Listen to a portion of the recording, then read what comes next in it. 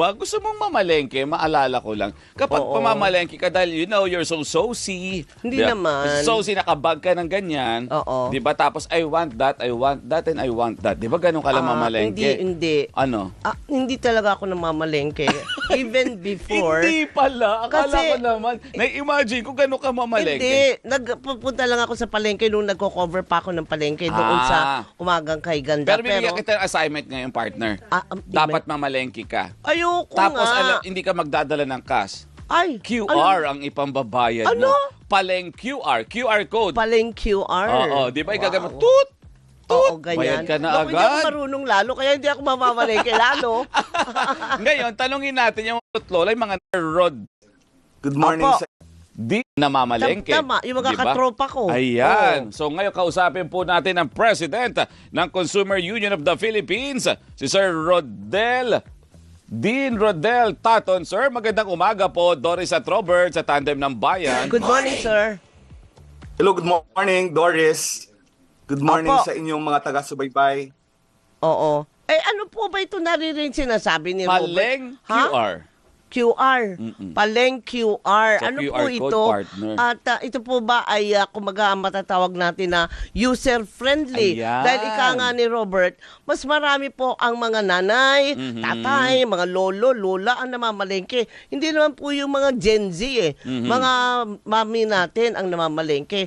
User-friendly po ba itong plano na ito? Totoo po yan, no, Doris, no, ang observation natin. Kasi alam naman natin na ang palengke, merkado or tsendahan, yan ay isang itsura ng mamamayang Pilipino or mamiling Pilipino. No? Hindi lahat merong cellphone, hindi lahat merong mga internet. In fact, sa palengke mismo, walang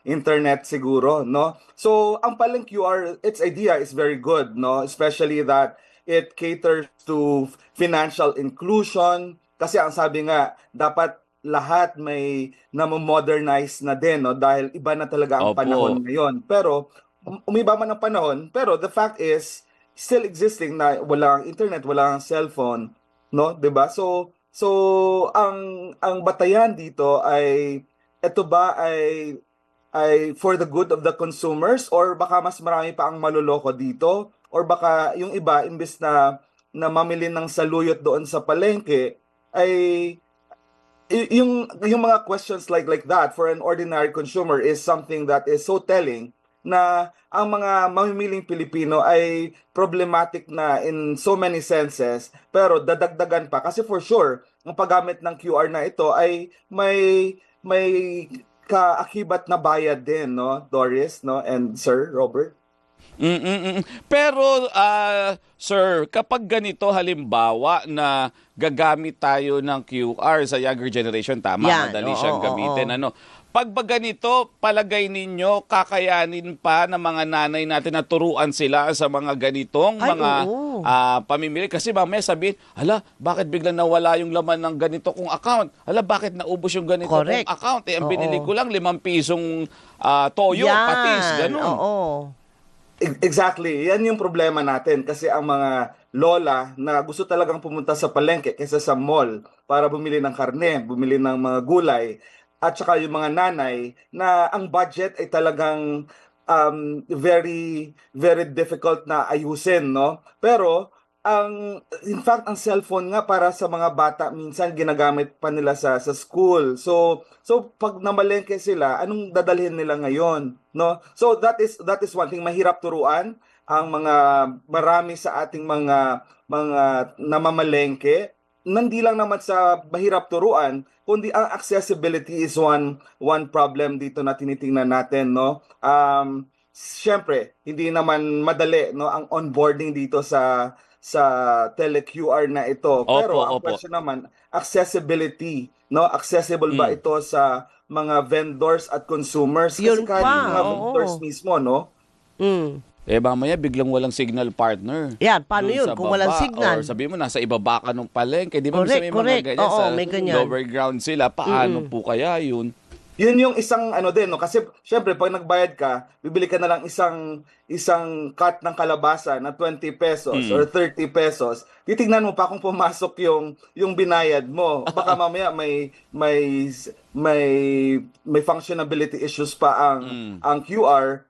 Hindi nasayang tuloy yung pera mo. At the same time, sigurado ba tayo na walang bayad ang paggamit ng tele-QR na ito? Kasi alam naman natin na sa paggamit ng teknolohiya, there is an involved na payment dito, no? Kung 10 pesos or 12 pesos ang bayad diyan, kung bibili ka lang ng saluyot at saka okra, so magkano na lang ang budget mo, no? That's one thing, no, na tinitingnan natin. And of course, the education and awareness, no? Nandun tayo, no, sa pagpunta sa financial inclusion na dapat lahat ng taong hindi lang gumagamit ng mga modernong gamit para sa pagbibili or Opo. pamimili or pagbibenta. Pero we have to accept the fact that ang palengke natin ay still ay isang mukha ng kahirapan ng bawat Pilipinong mamimili. Opo. Hindi po ba yan, sir, prone naman sa pang-aabuso? That is one exact concern ng mga consumers, no? Kasi kung ang mga malalaki negosyo sa mall or sa ibang areas or online ay naloloko, how much more dito sa palengke? Ayun na nga Ayan, po. Kasi meron tayong programa nga Know Your Client. Dito sa palengke, sino ba ang mga kliyente natin? No? Ang kliyente Oo. natin dito, mangingisda, ang bumibili ng mga pang araw-araw lang. In fact, hindi sila nagsusstore sa kanilang bahay ng pang 1 week or 1 month. Ay, correct. Every day sila bumibili. Kasi yun lang yung pera, ang kita nila, yun din ang bibili nila. And the thing here is, hindi lang yung para sa palengke, kahit tricycle, tsaka kahit jeep, ang QR na din ang gagamitin. That's one thing also na concern ng mga consumer ngayon. Opo. So sa palagay nyo, sir, itong plano na ito, itong proyekto na ito, ay nangangailangan pa ng mas masusing pag-aaral at siguro, Although approved na ito ng Metro Mayors Oo. Hindi parang i-review. Ayan. I-review. Tapos, or i-dry run siguro. Dry partner, run, tama, para tama. makita ko. Kasi mamaya, iho, magkano nga to? Kaya nga QR mo nga. Yung pala, pinasa sa account niya. yun lang. Kaya yung Nakiusap sabi ka ko, na lang. baka maabuso. Oo, no, exactly. Yun yung concern natin. Kasi ito ba ay transparent na gagawin or makatwiran ba ito na transaksyon or dagdag gasto lamang ito? At yung alam mong problema natin sa mga tao ngayon ay to inform them, no, and to educate them. That's one thing.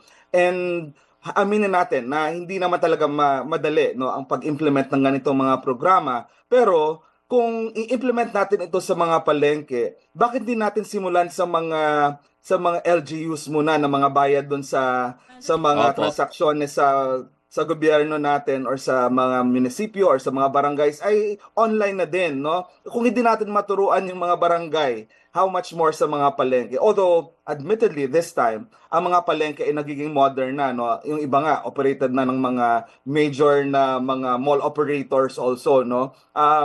Except those sa mga malayo siguro. Pero right now, nagiging mukhang mall na ang mga palengke. So paano natin ma-distinguish yung sa ordinaryong palengke at saka sa mall operators na, no, na ang kita? I think we have to distinguish some items here, no, kasi especially that we are looking at the consumers, na direct consumers ito hindi lang yung mga may pasweldo, kundi pati yung mga walang sweldo na nagdedepend lang sa pang-araw-araw na pagbili ng kanilang mga gagamitin para sa pagkain, no? That's one important na tinitingnan natin. Kasi I think while this is already being implemented, we applaud actually the BSP and the DILG also to promote this, but I think really that dapat may masusing pag-aaral, may masusing at direct na political will sa pag-implement nito. Pero ang pag-implement kasi ng mga ganito ay hindi lamang tinitignan natin sa kung paano i-implement, kundi ang impact nito sa ordinaryong mamimili, no? Sa ordinaryong Pilipino na halos hikahos na, and especially right now, napapunta tayo sa busy months, no, na halos pagkakasya na natin kahit na magkano lang yung kita natin for the day. So I really believe that this should be looked into, especially that this has a big impact to the ordinary consumers,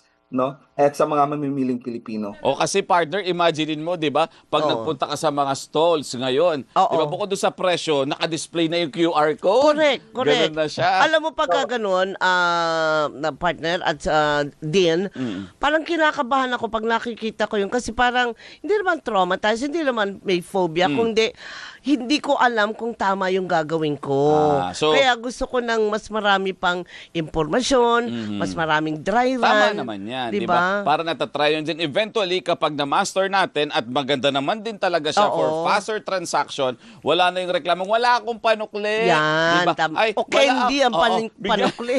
Diba?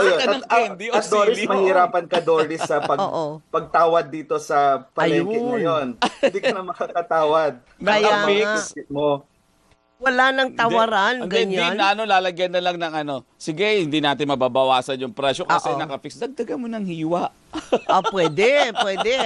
Sa diskarte din siguro. Pero I think sa kahit gaano ka diskarte ang mga ordinaryong consumer, kung ang presyo ay tumataas at lalong tumataas, and with this additional na pahirap sa ordinaryong mamimili, I think dapat nating tignan at busisiin ito, no? At hindi lang ito ordinaryo na gawain, no, nagagawin para sa mga palengke, kundi ito ay mismong dagdag hindi lang sa presyo, no, kundi oras at saka at the same time worry on the part of the consumers na ay pumasok na kaya yon or hindi pa, or baka mamaya maloko lang tayo. So mas better dun and I think this is promoting also underground economy na kung saan lalong mas maluloko ang mas maraming Pilipino. Okay. Tsaka siguro ang isa sa observe din natin doon din, partner, yung isa kasi kapag interbank sa halimbawa or hindi kaparehas, may dagdag di ba? So dadagdag ng gastos, may plus dagdag magkano? charge. 12 pesos ba yun or what, di ba? Sayang din yun kung kakabili mo ganun.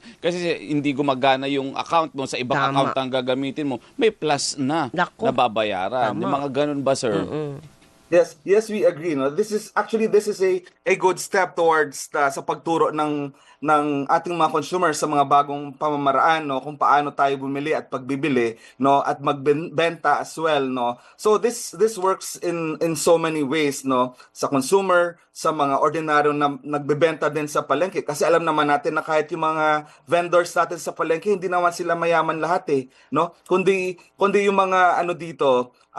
I think this has really to be reviewed and properly implemented para at least matignan pa ng maayos para maging kampante ang ordinaryong mamimili. Kasi kung ang sweldo mo ay 500 pesos sa isang araw at 3 beses kayo kumakain at may merienda, may bata ka, may 3 kayong anak o 2 anak, magkano lang, no? And in fact, 'di ba, sa counting nga ng government agency natin, magkano lang ang budget nila for a day for an ordinary family. So masyadong mababa 'yon, and an additional amount, whether it's 10 pesos, 18 pesos for that matter, is an additional burden to an ordinary Filipino na nahihirapan na, no? And also ang pagpapatupad nito, I think mas maraming Pilipino din ang maluloko at pwedeng maloko sa ganitong sistema, no, kasi baka mamaya magpatulong sila doon sa palengke ng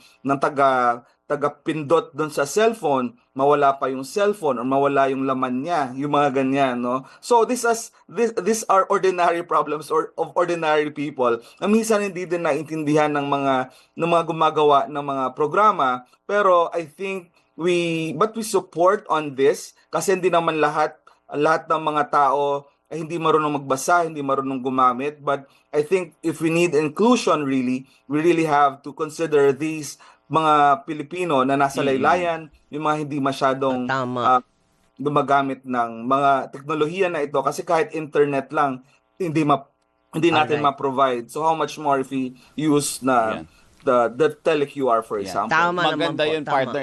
Oo. May dry run, tapos babantayan ng grupo nila, sir, para ma-evaluate Oo, at at bigay ng patuloy yung feedback. impormasyon. Ayan, correct, Patuloy ang correct. impormasyon. Ayan. Okay. Sir, maraming salamat po sa inyong oras. Baka mamamalengke pa po kayo eh. Oo nga. Kinuha Ang namin. hinahanda Thank you yung very QR much code. also. Inahanda yung QR code. Ready na pala si sir. Thank you very much, sir. Thank you, sir. Maraming salamat. Magandang umaga sa inyo. Good morning Magandang po sa umaga inyo. po si Sir Rodel, si Dean Rodel Tato, na President ng Consumer Union of the Philippines.